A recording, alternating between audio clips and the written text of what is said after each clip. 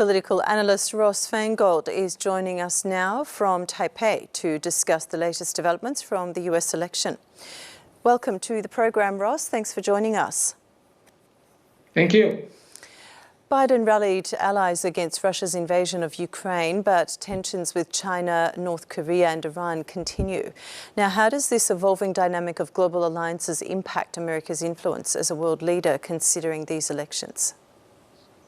We'll have to see who wins the election, because the two candidates have a very different view about how to conduct foreign policy. Obviously, Trump's America First policy, he's willing to be critical of close allies, including the fellow NATO members.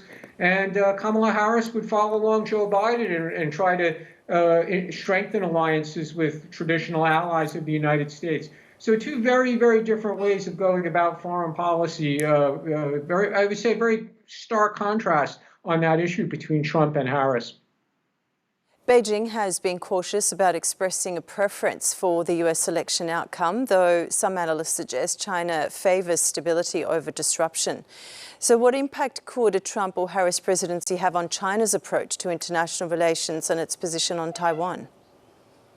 Well, in talking with people in China, including on social media, I would say that the average person in China probably feels that whether it's Harris or Trump, they're both going to continue policies that they view as unfriendly towards China. And of course, from an American perspective, those policies have validity, whether it's being tougher on China over human rights or showing support for Taiwan, maintaining the tariffs that were originally imposed by Trump, even though Trump has threatened to raise those tariffs even higher if he's reelected. So I think when it comes to U.S.-China relations, they're not going to improve regardless of who wins the election. But I do think that if the question is who's going to be tougher on China, it will probably be Trump. And Harris would probably favor continuing to have dialogue and engagement with China on other issues besides the ones where there's disagreement, like trade or Hong Kong or Tibet or human rights. But we know that the Biden administration still favored to have dialogue and engagement with China on other issues such as climate change.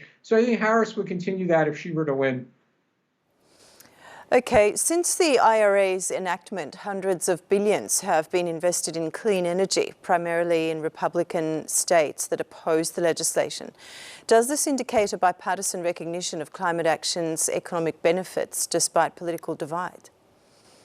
Yeah, that's a great question. Republicans generally did not support the Inflation Reduction Act, although, as you said, a lot of the money did flow to states that we consider to be red states or pro-Republican states.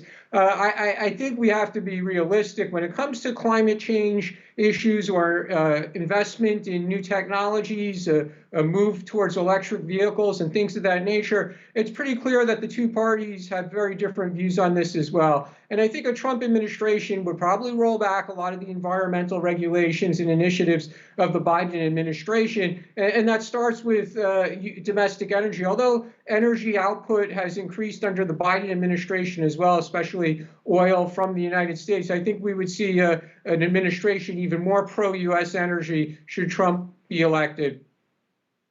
Okay, now lastly, Ross, Biden's refugee program admitted over 100,000 people in 2024, the highest in 3 decades. Does this achievement suggest a renewed commitment to humanitarian obligations despite domestic pushback on immigration? I think we would see a continuance of Biden's policy if Harris were to win, especially using existing programs like temporary protected status, which interestingly became a big issue with these accusations that false accusations that people in a town in Ohio were eating pet animals. And there was a large Haitian community, but they were all in the United States legally under the temporary protected status program.